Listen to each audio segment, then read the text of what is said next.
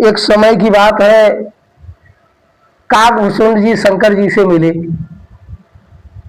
बोले महाराज राम जन्म हो गया है और हमारी इच्छा है अयोध्या जाने की, भगवान राम के दर्शन करने की। शंकर जी कहने लगे हमारी भी इच्छा है दर्शन करने की, और हमारे आराध्य देव हैं भगवान, कैसे दर्शन मिले? हम अगर अपने भेष में जाएंगे तो वो दर्शन देंगे नहीं। तो बोले बाबा चलो करते हैं कोई उपाय। तो काकभूषुंड जी और शंकर जी दोनों लोग भगवान राम के दर्शन करने के लिए और कैलाश से अयोध्या की तरफ प्रस्थान करते हैं। चले भाई, रास्ते में एक जगह विश्राम किया, रात में सोचने लगे शंकर जी की किस विधि से दर्शन होंगे, रामलला तो अपने राजमहल में होंगे। काकभूषुंड जी बोले बाबा एक काम करो, तुम्हारे पास डमरू भी है, त्रिशूल भी है, सब कुछ है, और तुम बन जाओ मदारी और हम तुम्हारे चेला हैं। शंकर जी भगवान बोले कि हाँ बात तो तुम सही कह रहे हो, लेकिन एक बात बताओ, हम तो मान लो मदारी बन जाएंगे, लेकिन हमें खेल तो दिखाना आता नहीं है।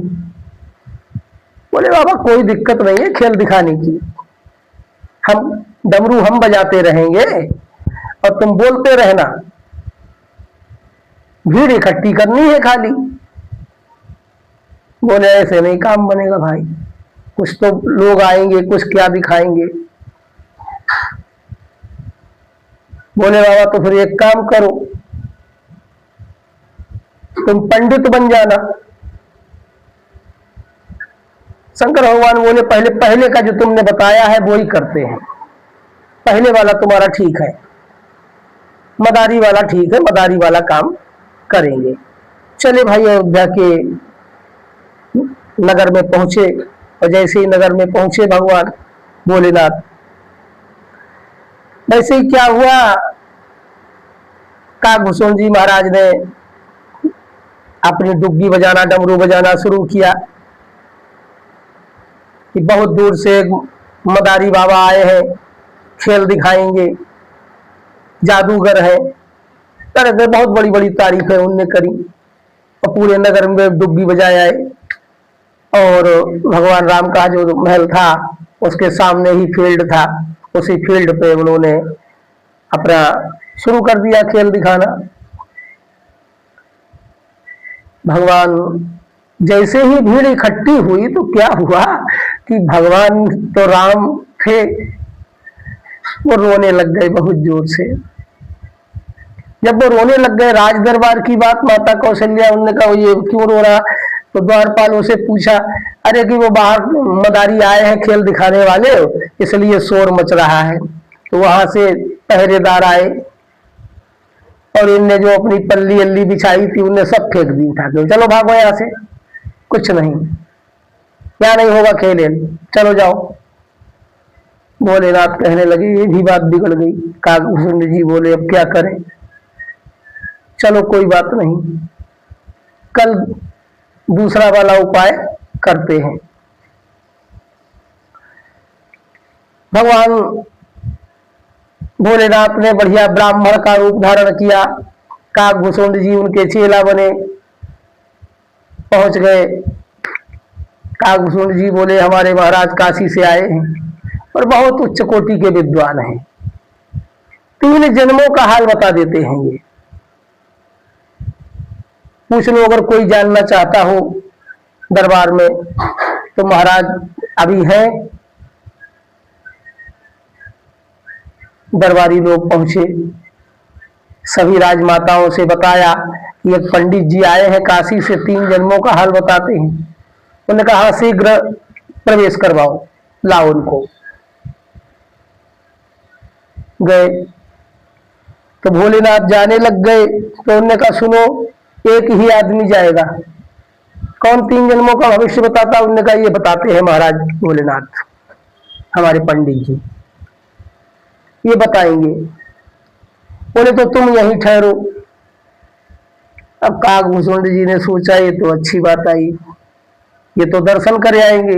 उपाय बताया हमने और हम रह गए। उन्होंने कहा बाबा सुनो, अगर तुम अकेले जाओगे तो हम तुम्हारी सब पोल खोल देंगे। शंकर भगवान बोले रुको रुको, ठहरो थोड़ा। रोक दिया।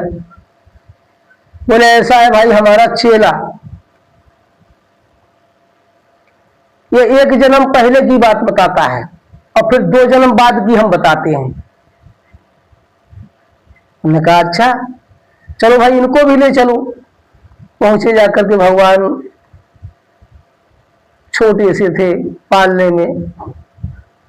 भगवान भोलेनाथ ने दर्शन किया, प्रणाम किया और माता कौशल्या आदि रानियां सभी सबकी हस्तरेखा देखी, भविष्य बताया, भगवान के दर्शन किए।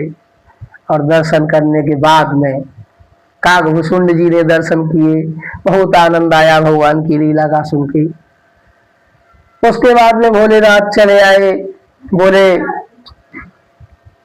बड़ा अच्छा हुआ आज काकभूषुंड जी, तुम्हारी वजह से हमें भी दर्शन हो गए भगवान के। इस तरह से भगवान के दर्शन करने के लिए काकभूषुंड जी के साथ भगवान शंकर गए। तो अब जैसे भगवान तो त्रिलोकीनाथ थे, आज का आदमी क्या सोचता है, विचार करना मेरी बात पर। भगवान तो त्रिलोकीनाथ है, भगवान राम उनका भजन करते हैं, वो भगवान राम का भजन करते हैं, है ना। फिर वो क्यों गए शंकर भगवान के दर्शन करने के लिए? क्योंकि एक ही शक्ति है और उस शक्ति का सम्मान है। आज अगर व्यक्ति तुम्हारे पड़ोस में ही, तुम्हारे पड़ोस की ही बात बता रहा हूं, तुम्हारे पड़ोस में भी अगर कोई पैसे वाला बन जाता है ना, तो वो पैसा किसको दिखाएगा? तुम्हें। अहंकार के बस वो तुमसे बात नहीं करेगा, मोटरसाइकिल लाएगा तो तुम्हारे दरवाजे पे ही हारन लगाएगा। इस तरह के लोग हैं ना संसार में। लेकिन हमारे भगवान को, भोलेनाथ को कोई अहंकार नहीं था, भगवान राम को कोई अहंकार नहीं था, वीर हनुमान जी को कोई अहंकार नहीं था, तभी तो इनका संसार में नाम हुआ। अहंकारी का क्या होता है? 4 शत्रु बताए गए हैं, आप भी जानते होंगे। काम क्रोध मद लोभ सब, नाथ नरक के पंथ। ये नरक के रास्ते हैं चारों, और हर कोई जानता है कि ये नरक के रास्ते हैं, लेकिन फिर भी वो चलना इसी पर चाहता है। लोभी क्या है? आज छूट धन है उसके पास, किसी प्रकार की उसके यहाँ कमी नहीं है। और अगर कोई साधु संत भिखारी पहुंच गया दरवाजे पर, उसने आवाज दी तो बहुत से तो दरवाजा ही नहीं खोलते, और किसी ने खोला भी दरवाजा तो वो कहेगा हाँ भाई क्या बात है, कैसे है, चलो जाओ। इस तरह के भी लोग हैं। तो अहंकार नहीं है तो क्या है? सबसे बड़ा पाप अहंकार है, सबसे बड़ा पाप। भगवान ने आपको धन दिया, आपको कार दी, आपको मोटरसाइकिल दी, आपको मकान दिया, आपको शोहरत दी, सब कुछ दिया, वैभव दिया। किसने दिया? भगवान ने। एक क्षण में वो वापस ले सकते हैं, और ये कौन जानता है? ज्ञानी पुरुष जानते हैं। ज्ञानी पुरुष कभी भी अभिमान नहीं करता। अभिमान कौन करता है? मूर्ख। मूर्ख अभिमान करेगा। क्षुद्र नदी चली उफनाई।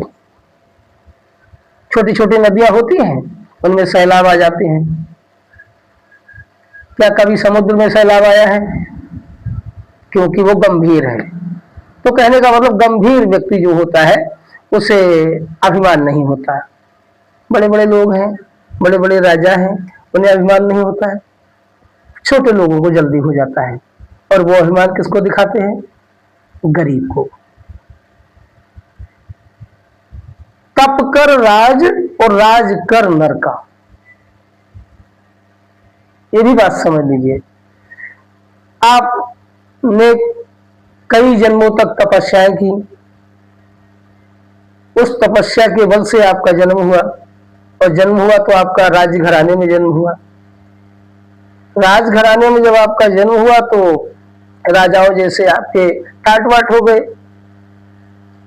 उसमें आप ये भूल गए कि हम तपस्या करके आए हैं, बड़ी मुश्किल से हमें राज्य प्राप्त हुआ है।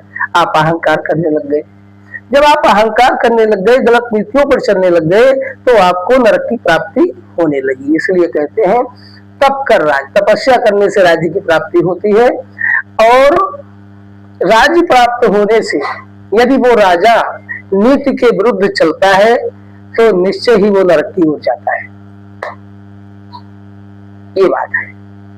इस प्रकार से कभी भी अहंकार तो करना ही नहीं भाई। भगवान से मांगो, सब कुछ देने वाले दाता वही हैं, दीनानाथ हैं। यदि दीनानाथ कहाते हो तो दया भी करोगे कभी ना कभी।